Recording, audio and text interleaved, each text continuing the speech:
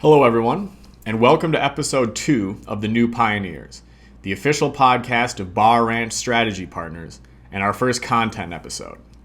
Our research and activities focus on the revitalization of the American Midwest, including areas such as the Rust Belt and the Iron Range. These areas have been dramatically impacted by globalization, the offshoring of industrial manufacturing, and larger trends in the international economy. In order to understand how post-industrial areas of the American Midwest can be revitalized, it's important to understand the factors that impact these areas.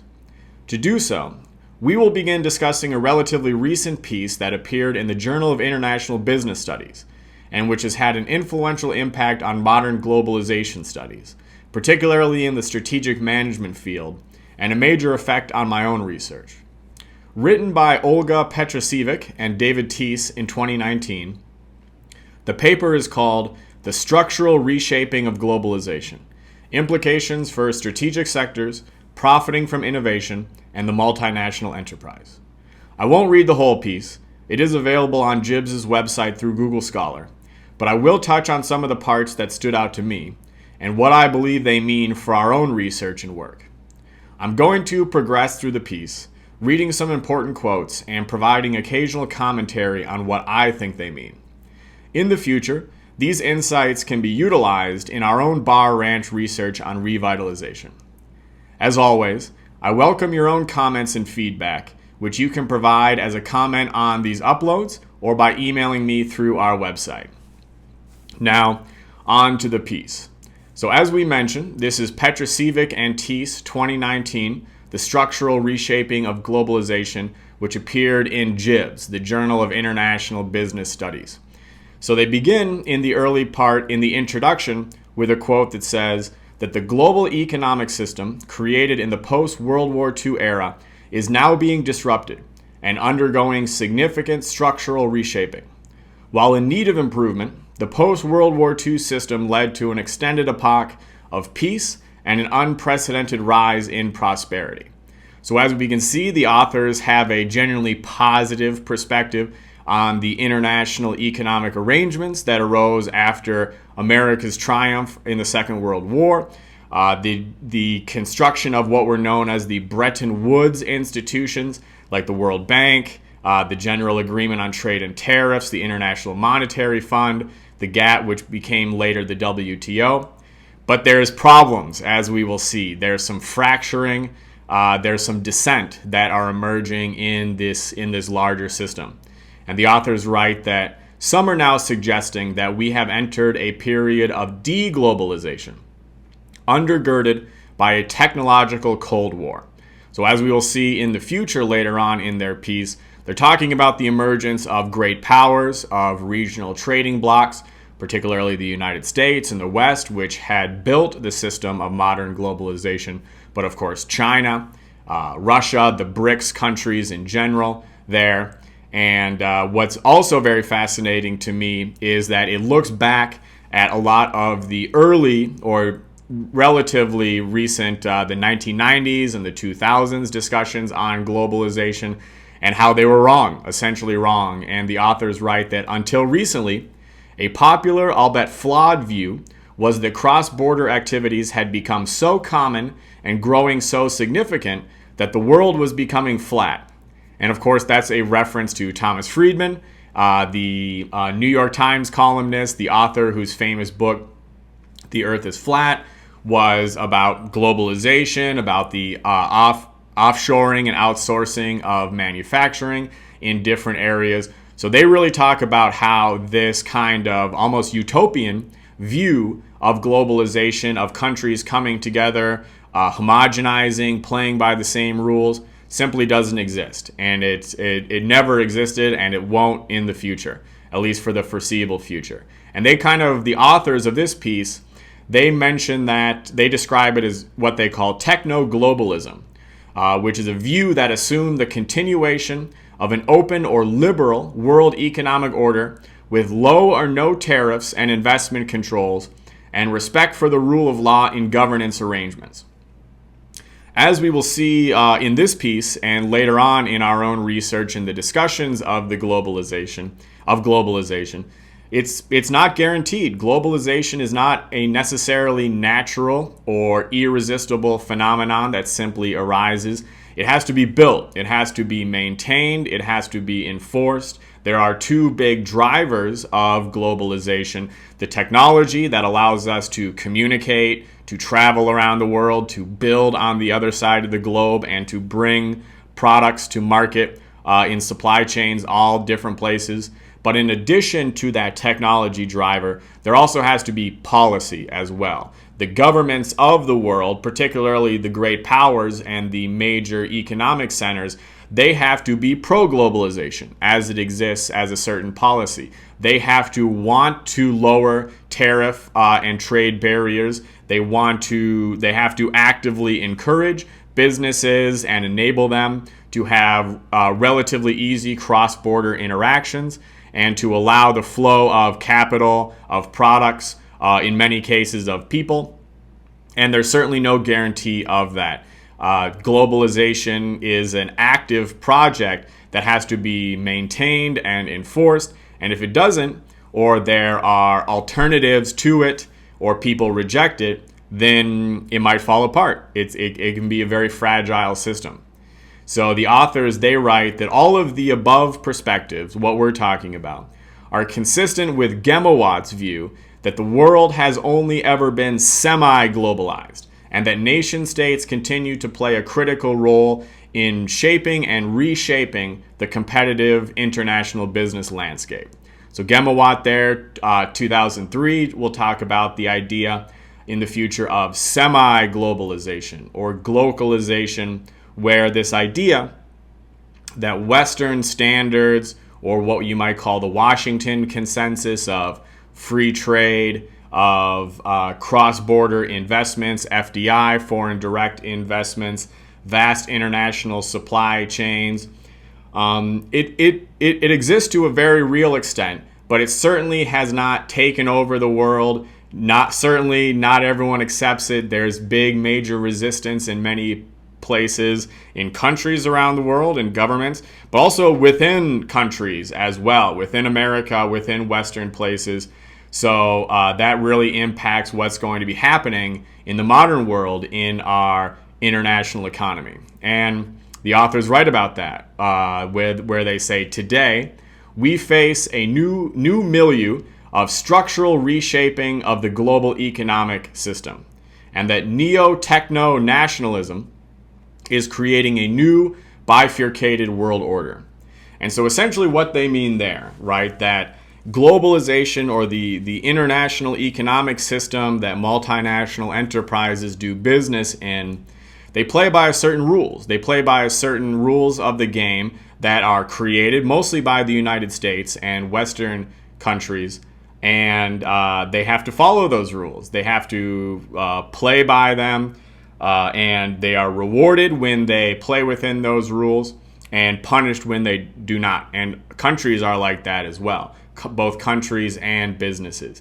But now, as we are seeing with the rise of China, the BRICS nations, with what you might call populist movements within Western countries, conflict, geopolitical conflict, real wars, pandemics like COVID-19, financial crises, the structures or the architecture of the global economy are under pretty significant pressure. And there are groups within the world that are actively trying to reshape these, to restructure the global economic system. And one way that this is being done is through techno-nationalism. So as opposed to a globalist type of scenario where there's free trade and innovation and technology, we now have major countries, major great powers. They want to be top. They want to be the best in certain areas that are important for their country. They don't want to be dependent upon others, particularly rivals or other great powers, for necessary things that their country needs, whether it's food, agricultural commodities, energy, steel, defense, these types of areas. These are what the authors call strategic sectors. And we're seeing that if you think about the pandemic and shortages of certain things like medicines, products, consumer commodities, these types of areas, there are within the economy of a country strategic, necessary sectors and industries that the people of that country need. To be a modern nation state, there are certain strategic sectors that you need. That you need energy, you need steel, you need food, you need medicine, you need computers, semiconductor chips, which we'll talk about in the future as well. And if you do not produce these items in the strategic sectors yourself, you are vulnerable. You are in a position of weakness in comparison to those that do produce them, that you have to buy from when it comes to negotiations, when it comes to your own ability to interact with producers. If you are only a consumer, you're in a tough spot. You are in a position of weakness, and you may not be a fully autonomous, a fully sovereign country. So the authors, Petricevic and Teece, of this piece, they talk about the big changes, the restructuring of the global economic system, this creation of a new bifurcated, split world order is giving rise to what are called VUCA conditions, VUCA. Scenarios in industries, with firms, with markets, in countries, in geopolitical relations that are volatile, they're uncertain, they're complex, and they're ambiguous. And this is certainly amplified in strategic sectors, the ones that are absolutely necessary for countries to continue to build. And so looking back, something that we will research would be very interesting to know about is taking a perspective into the past, into the 90s and the early 2000s, what you might call the heyday of globalization as an ideology, and what they were talking about, the pros, the benefits that would go along with a globalized economy, and seeing their perspectives.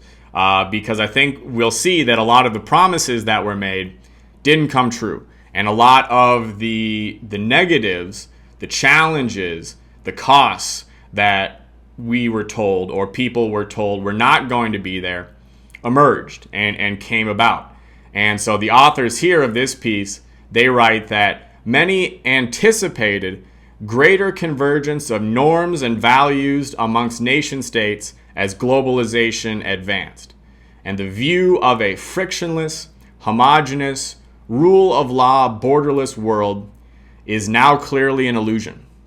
It is increasingly apparent that the proposition that globalization has negated the power of nation states is a myth. Not only are national boundaries still important, the national identity of firms still matters. And I think that's very important. I think that's a critical part of this piece, something that has really stood out for me in terms of when we discuss the global economy, globalization, international trade, where things are produced, how things are being produced. It's almost the ideology of globalization as a philosophy, as a belief in free trade, frictionless, cross-border investments, international supply chains. The idea that these were the pinnacle, these would always exist, that they were resolute, that they could be established and maintained. That's obviously a myth, right? There is the return of nation states within the global economy, the return of borders, the return of distance. It matters where you are.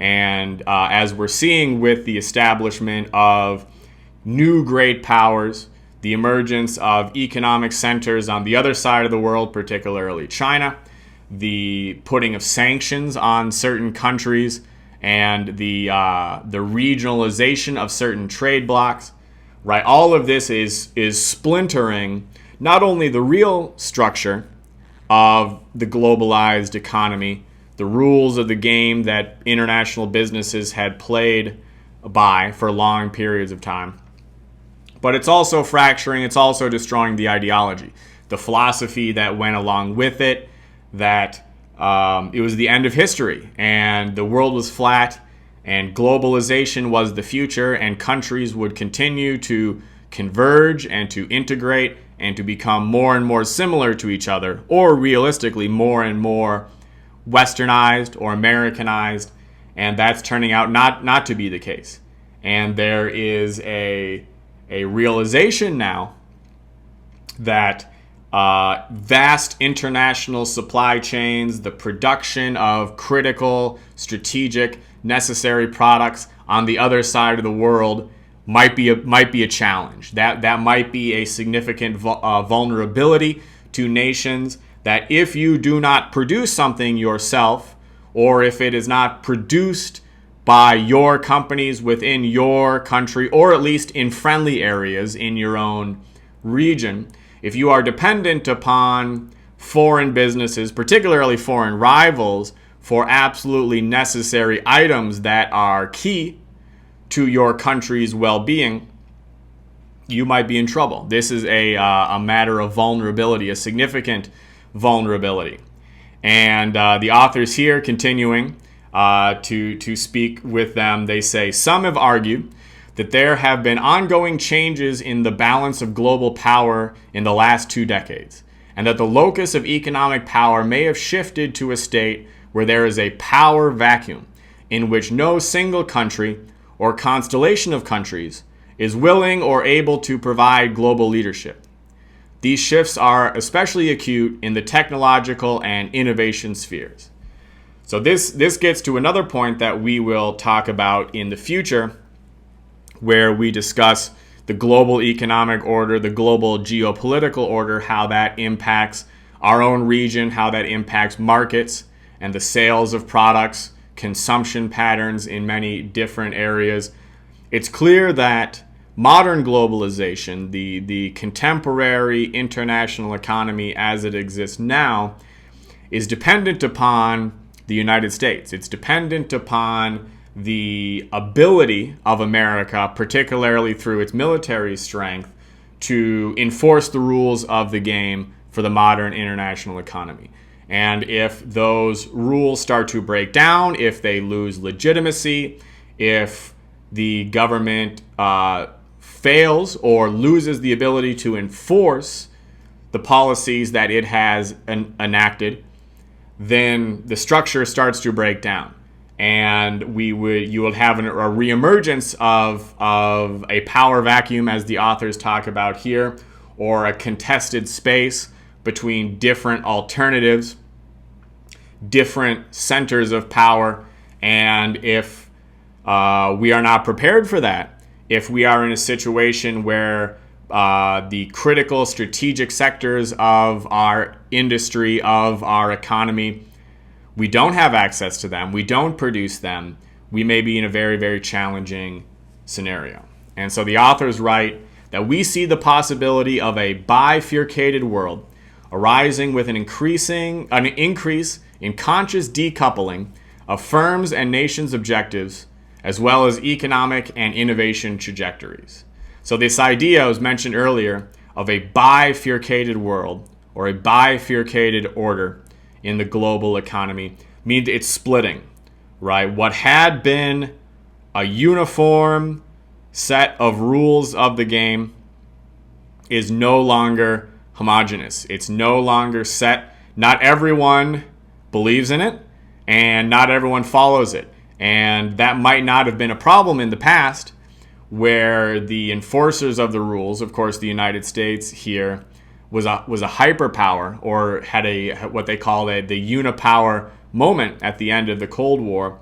But if there are centers of power and economic strength that exist elsewhere that are able to challenge the world order, contemporary globalization, it can result in decoupling, or the splitting of relationships between companies and between businesses as well. And so they talk about that this is especially critical in those strategic sectors, the economic and the innovation trajectories of nations. So they're looking at a situation where the promise of globalization as it existed coming out of the Cold War is fractured. It's done, essentially. And if there continues to be this bifurcated global order, or a splitting of the international economy into regional trading blocks, many different areas that have the power to enforce their own rules, to build their own strategic industries, that will come to be a very different reality than what had existed, certainly at the end of the World War II in the West, and certainly at the end of the Cold War in many different places. So they're talking about, the authors here, it's interesting, they're, of course, mourning, in a sense, the bifurcation of the global economic order. And they write, most concerning in the above illustrated developments is the noticeable defiance of the principles of classical economic liberalism and the rule of law. So for them, this is obviously a bad thing. It's a bad thing that there is a reshaping, there is a fracturing of the rules of globalization, of the contemporary international economic order. Things were better when there was one set of rules, when there was one enforcer who was able to tell people this is how it's going to be. There's not really any other acceptable alternatives. You have to play the game by our rules if you want to be a part of it. And the philosophies of classical economic liberalism, of a standard known rule of law in international trade and business, that's breaking down. And it creates what you might consider a Hobbesian state of nature in international geopolitics, which is probably how it's been, which is realistically how it's been for long periods of time. And the idea of a globalized international economy, homogenous interests of countries, no matter where they're from or their backgrounds, that's a myth. That does not exist anymore, if it ever did. And there are alternatives that are growing. And so the authors write, in contrast, China's alternative model of governance is deploying coordinated protectionist trade and investment policies and government intervention aimed at accessing and acquiring foreign intellectual property, thereby influencing the global economic and innovation system. So, of course, when they talk about the rise of alternatives, the rise of new economic power bases, they're talking about China. China is the country that has the ability in the modern world to provide an alternative to contemporary globalization. It has arisen, especially since Deng Xiaoping came to power at the end of the 70s, certainly since they ascended to the WTO and have become the workshop of the world, and are now progressing into very advanced areas, technologies, redevelopment of their defense capabilities, expansion of their geopolitical areas, and that's a challenge for the contemporary international order as it exists. So the authors write that the law in China is used to facilitate government industrial policy goals, and such activities are especially pronounced in those sectors where technological prowess is considered strategic. They go on to say, it is worth noting that China has effectively created a new form of market capitalism and adopted a panoply of explicit pro-business policies, some of which have been highly effective. So this is the alternative challenge to the contemporary globalized economic system as it exists, where there was supposed to be this the earth is flat type of situation, non-discrimination between local and foreign businesses, everyone playing by the same rules. That's no longer the case. China has utilized its government power, continues to utilize it, to enact industrial policies, to protect its domestic markets, to provide state-level resources to industries and businesses that are operating in strategic sectors. In the future, we'll talk about policies such as the Made in China 2025 policy, the 1,000 Talents program, One Belt and One Road, these areas. And if we go back into the past, particularly in the United States, amongst economists, amongst business scholars, amongst policymakers, there had been a conscious rejection of direct state interventions into business, into the economy. Certainly, rejections of industrial policy, rejections of a degree of planning in certain types of areas, because they said it wasn't effective. It was better to let the free markets handle different areas. Efficiency was what mattered. Profit maximization was what mattered. And China's experience and their abilities are challenging that. And what the authors here, Petricevic and Teece, talk about, Chinese economic statecraft, which is a fusion. And my doctoral advisor, my own research, we've talked about that in the modern economy, in the modern global trade system, there is an increasing fusion or a coming together between business and the state. And their interests not always are aligned, but the government's central policymakers are able to utilize multinational enterprises, national champions, using their resources, using their capabilities within commercial markets to achieve state-level objectives. And if you are a business who is up against a company that has state-level resources, that has access to government abilities that you do not have, that's a very tough and challenging situation to be in. So we'll start to wrap it up here. I thought this is a very interesting start that will continue. This is only part one, so we'll continue much more with this piece in the future, part two and probably part three. But we're talking about in this piece how the contemporary international economy as it has existed since after World War II and certainly after the collapse of the Soviet Union and the end of the Cold War, this idea of a homogeneous,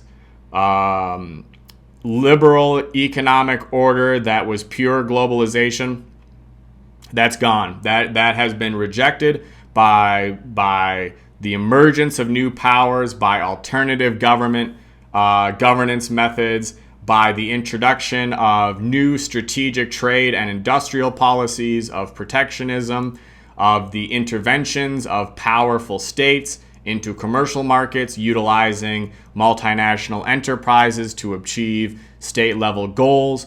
These are creating a very new and a very volatile, uncertain, complex, and ambiguous reality for international business in the future. And in this section of the paper, Petricevic and Teece, they reference a much older piece from Rugman and Verbeke, 1989, that talked about the experience of the United States trying these own policies. What had been the experience of the U.S. implementing strategic trade policies, and they came to a very, very negative conclusion about it. The title of their piece was Strategic Trade Policy is Not Good Strategy. And we will definitely have an episode on that piece in the future, seeing the arguments against it and seeing if those still hold up for now. So thank you very much for being here for our first content episode of The New Pioneers, the official podcast of Bar Ranch Strategy Partners. Very excited to continue this in the future. Love to hear your feedback and looking forward to much, much more of it as we move forward. So thank you very much for being a part of it. As always, this is Sam broadcasting from Bar Ranch, and I'll see you again real soon.